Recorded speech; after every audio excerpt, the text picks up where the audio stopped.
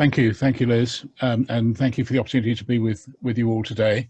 I'm going to present probably 10 years' work in 15 minutes, so it's going to be a gallop. There's a lot of stuff on the UKCRIC website which you'll find easily, and so if you want more detail, either come back to me or have a look at that. So first of all, if I can have the next slide, I'm being good. So this is the very concise statement of what UKCRIC is about. A portfolio of research, so it's not just a project, it's not even a program.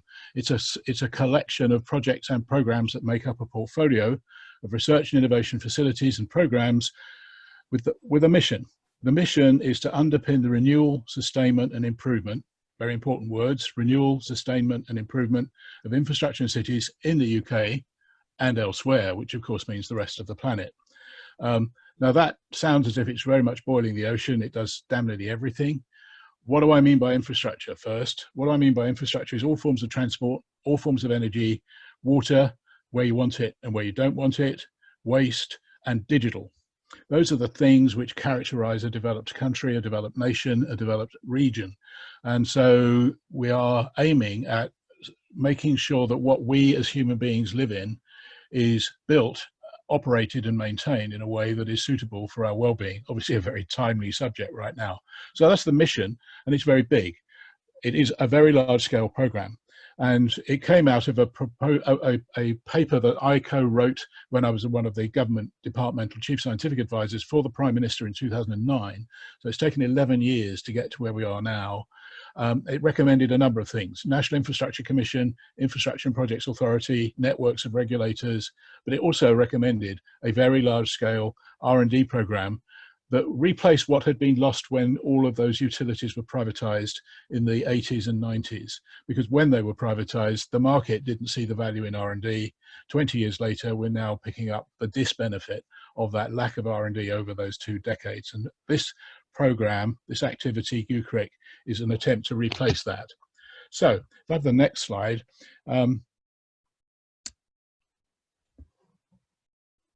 Sorry, I'm looking at a copy, which I shouldn't do. Next slide, yes. Sorry, it's not moving on at the moment. I'm just going to okay. Try and... Something froze. Something has frozen. So I've got a copy, so let me keep talking and then it'll appear. It came out of a recognition from a number of there we go, a number of universities, the founding partner universities, 13 of them, and the names are there, including UCL. And then we've added 2 more in Scotland, Edinburgh and Heriot. So as you can see, not only is that a very large number of universities to collaborate, and that's a very important word because this program is very much about collaboration on topics which are of common interest, where we have differentiated expertise in those universities, which when you put them together delivers much more than the sum of the parts. So that, together with what's on the right, the coordination function, what we call the coordination node. And for the mathematicians who are listening, that's a very important description. It's not a hub, it's a node in a network. So we don't want to necessarily interfere with anything, but we want to know about damn nearly everything so that we can coordinate activity across the whole of this community and internationally, because we have links with other universities around the world, to ensure that, as it says, the impact of investments is optimal. My perception is that over the last 20 years, we've actually done a lot of things in very small spaces with lots of focus, but we've never actually looked at the whole landscape. People ask me quite often, what are we going to focus on in UKCRIC? And the answer is we're going to illuminate everything. And then we'll focus on those things that are important, urgent, or need attention because we don't know enough about how to look after it. So that's the organisational structure in terms of words. The next slide, if that works properly, is one which shows the map of where they are. And as you can see, this is a sort of slanted view from somewhere near Cornwall of where these laboratories are, or nearly are, situated. So we have geographic spread, which is politically very important because this is not only about infrastructure, it's about cities. So the universities, a lot of them, of course, are in our major cities, and they interact and are very closely interacting now with their city governance as there is more devolution to city leadership. Down at the bottom we have UCL, which itself has a laboratory, which Nick Tyler is leading the generation of. It's a building that's being built right now, but it also hosts the coordination node. But it isn't necessarily connected with UCL per se. UCL doesn't get special treatment from the coordination node. And when Liz moved from Cranfield to UCL, she has set up an institute which will lead the activity on UKCRIC from within UCL, DAFNI being one of the areas for leading, and of course Nick leading one of the others. So you can see that this is a distributed collaboratorium. That's the why we invented that word, which when the Chancellor announced it in the House, he completely tripped over. It was George Osborne. But nevertheless, this is what it's at. And we are now having other universities interested in joining. So this is not a closed shop by any means. It's absolutely an open door to everyone who can qualify, who has the quality of research, the relevant research, and the scale of investment by the university to come on board. So if colleagues who you work with already elsewhere say, why can't I join? The answer is they can, but we need to talk about how that might work. So next slide, please. And this is a picture showing where some of these buildings are. You can see they're all very smart. Two of them you can probably spot are designed by the same architect. And there are others which are nearly completed.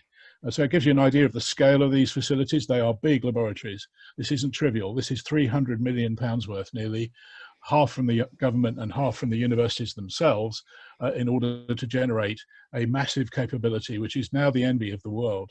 And the next slide gives you some idea of what the topics are and what the status is of these various facilities, which includes DAFNI. Now DAFNI is not a laboratory as such, although a lot of people will say the computers are their laboratory. I've heard people in the Met Office say that about their systems, which of course is right. They can't tinker with the weather, they can just model it. And we also have urban observatories in Newcastle, Sheffield, Birmingham, Bristol, Cranfield, Manchester, and I'm in a conversation with our colleagues in London to generate data, live data that comes out of these laboratories, showing what is happening to infrastructure and the use of infrastructure. Newcastle in particular has published a lot of work during COVID-19, which has shown graphically that the change in transport and footfall in retail centres, really useful stuff for future planning. So the bottom line of there is producing data which is incredibly valuable, but of course it's very useful for modelling, and people will talk about that later on this morning. So give you a scale of the ambition here, and you can already have read the words in what the other facility is about. Infrastructure tends to be buried, so understanding what it does when it's buried, we don't really know. We just put it in the mud and cover it over and forget it till it breaks. So that's a really important area of work, as well as new materials, and importantly what UCL is doing, which is how people interact with what we build. So what research do we need to do in order to improve the situation, everyone's situation, and improve in some way? So we created, the next slide please, a number of ideas around missions. A fashionable topic in UCL, as those of you who've been reading Mariana Matsukato's work, and I've been working with her on this, is to headline what it is we need to do in order to change the world. So we have transformational infrastructure for a changing world, and we have infrastructure in urban systems for one planet living, which really means resource efficiency and sustainable growth. And the first one means actually looking after the effects of climate change, the demographic change in the patterns of use, what are societal expectations in emergent technology, the impact of emergent technology, particularly digital. And of course, these have changed markedly in the last 6 months. So we're re-examining what does COVID mean and what is it in a living with COVID world. So that's important. So these are 2 of the 4 missions, and the next slide shows the second 2, because you can't just look at the aspects of it which are to do with what is going on out there. We also have to understand how we own it and govern it, and what are the business models for investment. And this takes you outside EPSRC territory. It takes you into ESRC territory.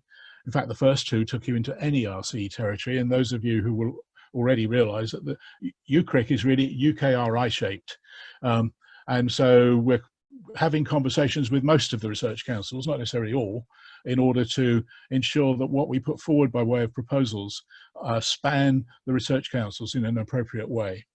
And the last one, which is particularly important, of course, right now, drivers of equity, inclusion and social justice. How do we make it, infrastructure and the services that are provided from it, such that people feel good about the way they live, the place they live, and their opportunities in society as individuals and as collectives. So who are the stakeholders? Next one, please, is the communities of interest that we have across the UKCRIC landscape. And as you can see, it's large. So we have lots of people who are interested. And of course, models of what the future might look like, scenarios, are very interesting to lots of people. The purpose of putting this slide up is to show that whatever you model, it will have an impact on someone else. Those of you who are into systems thinking will realize that the connectivity between all the things I've been talking about is huge. And in the past, what we've done is say, well, let's just build this little transport system over here in this one place to suit a particular community, but not really look closely at the impact of it on everyone else and everything else, including the planet and the landscape. So what we're trying to do is ensure that we do take those things into account as we look for research and investment.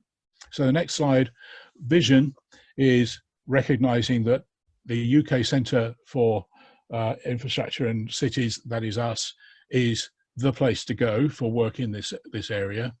It's the go-to place for academic input, and it already is beginning to be that. The National Infrastructure Commission is using UCL and UKCRIC extensively, and of course this is a UCL event, so we want to get UCL even more on the map, and indeed get it on the map in London, which is an area that I have been working with the infrastructure team in the GLA. Around other parts of the country, those linkages with other local authorities is growing. We're looking for collaboration with industry. That is quite hard at the moment, as you can well appreciate, because the industries are restructuring themselves. But it is also that we put it into our educational programs. And so we're looking to see how what we have by way of outcomes of the research impacts our teaching experience. And a major initiative from Loughborough is in Train, and I can't say more about it at the moment, which will produce a massive uplift in our capability to deliver better learning. And we're trying to capture all the major projects as they come out of whatever hangar they're in, political hangar or investment hangar. So things like the East-West corridor between Cambridge, Oxford and Milton Keynes, HS2, we missed the boat on Tideway. We didn't get to Tideway early enough, and all the contracts were let by the time we had a conversation with them. So it's very important we get close to projects really early, particularly if we're going to do complex modelling of possible futures for them, so that we can have an impact on them in time. Moving on to the next one, delivering it is through the laboratories, through DAFNI, through the observatories, and through doctoral programs, which hopefully will come through in the near future, because we need a lot more people than we've currently got doing research in this space.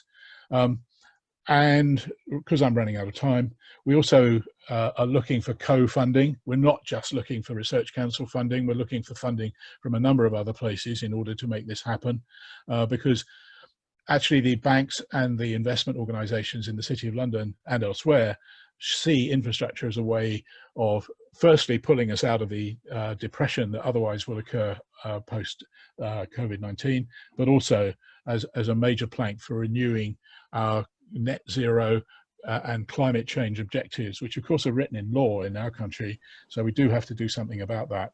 And that includes continuity of the coordination funding, because without that coordination, we'll end up disappearing back into silos and losing the impact that we need to have on this complex adaptive system, which is infrastructure and cities. So finally, it is a collegial coordination of a big academic community.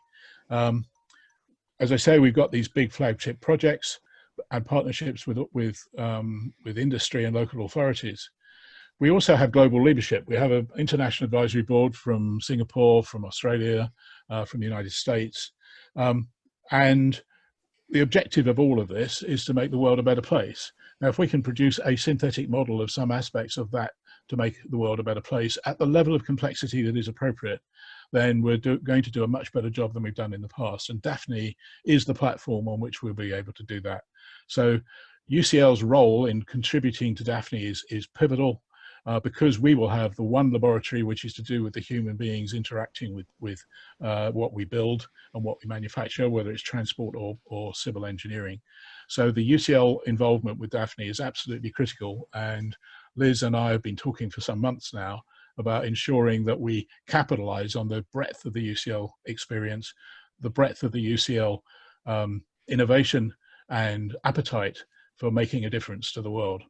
So that's where I'd like to stop. I will be on the panel later if anyone has any general questions about UKCRIC and how it impacts DAFNI. Thank you very much.